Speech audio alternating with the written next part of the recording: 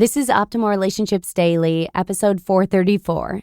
How to be a media mentor for your child by Julie Morgenstern of juliemorgenstern.com. Howdy, old friend, and welcome to the show where I narrate content exclusively dedicated to relationships. I'm your host, Joss Marie, and given that relationships are a huge category, you can tune in for all sorts of topics that include dating, friendships, marriage, parenting, or even how to improve the relationship you have with yourself. And today, I'm super excited to narrate a parenting post from a new author on the show, Julie Morgenstern. Julie is an organizing consultant, speaker, and New York Times bestselling author. I'm especially eager to narrate this article because I know how much influence technology has over our kids and families today. And I'm sure many of you mamas out there feel the same way. So without further ado, let's get right into it and start optimizing your life. How to be a media mentor for your child by Julie Morgenstern of juliemorgenstern.com.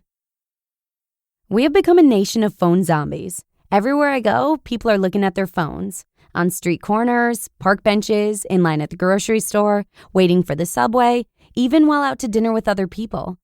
Do you reach groggily for your phone before you do anything else in the morning? You're not alone. According to the latest Pew research, 95% of Americans own some kind of cell phone.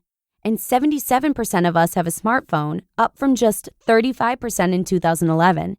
If you're between the ages of 30 and 49, there's close to a 90% chance that you have a smartphone. We are so mindlessly connected to our devices, constantly checking email, texts, social media, that it's hurting our ability to be present for anything. Surely you've seen the reports that show cell phone addiction can alter the way your brain functions. From the parent's perspective, it's understandable. Parents are so overloaded that they feel the need to fill every micro moment with another task, another phone call, another connection. And let's be honest, being a parent has many joyful moments, but parts of it are also boring, and the temptation to just take a quick look at Twitter or Instagram can be hard to resist. Those quick hits of social media can also make us feel less isolated. But think of it from the perspective of your child. When a parent is on a device, the child makes assumptions about where he falls in the pecking order.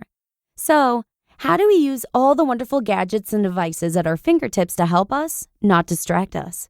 How do we ensure that our children don't become addicted to technology? If they see you cradling your phone 24/7, is it any wonder why it's a problem? Just like table manners and four-letter words, kids imitate what their parents do. If you want your kids to have a healthy relationship with technology, you must model it yourself. Here's how. Number 1. Create household technology rules that promote intentional use. Consider establishing a new household norm that encourages all family members to park their phones in a special landing dock. It could even be a big, beautiful box placed in a prominent location near your entryway. During designated times, everyone can retrieve their phones from the docking station. The physical separation will be hard at first, but persist. It can make it easy for everyone to be present and more conscious about their use of technology. Number 2. Make conscious choices about what you use technology for and when. Maybe because you work on a screen all day, you read paper books at night. Maybe while playing a board game, if one of the players has a question, the rule in your house is don't Google it. Instead, stay connected to the people at the table, relying on memory alone. On vacation, pull out an old school map or ask for directions instead of relying on apps like Waze. It's amazing what you'll notice when your head isn't buried in your screen. Number 3, set rules on screen time and stick to them. Be bold and stand tall in decisions about when and for what purpose your kids can use devices such as iPads and cell phones. It's a slippery slope because today's devices can be used for homework, social media, and entertainment. It's not as if technology is bad, but you know better the dangers of digital addiction than your kids. Don't throw your hands up and surrender. Number 4, expect pushback. Technology is physiologically addictive, so don't be surprised when your kids balk or throw tantrums when you say time's up. Think of it like cotton candy. No matter how much they scream for more, at a certain point you just say no because you, the adult, know it's not good for them. And number 5, plan a 3-day technology detox for the whole family. Lots of families, I might even argue most families, have a less than healthy relationship to technology. So invest in a reset. During this 3-day detox, plan activities that involve a full body experience. Go for a hike, have a catch, play board games, make pasta from scratch, rediscover your love of crafts. It will be difficult. You may feel anxious. You will definitely want to check your phone just for a second. Tolerate the discomfort. Soon enough, your brain and your family's brains will find a different gear where you don't need the technology hit.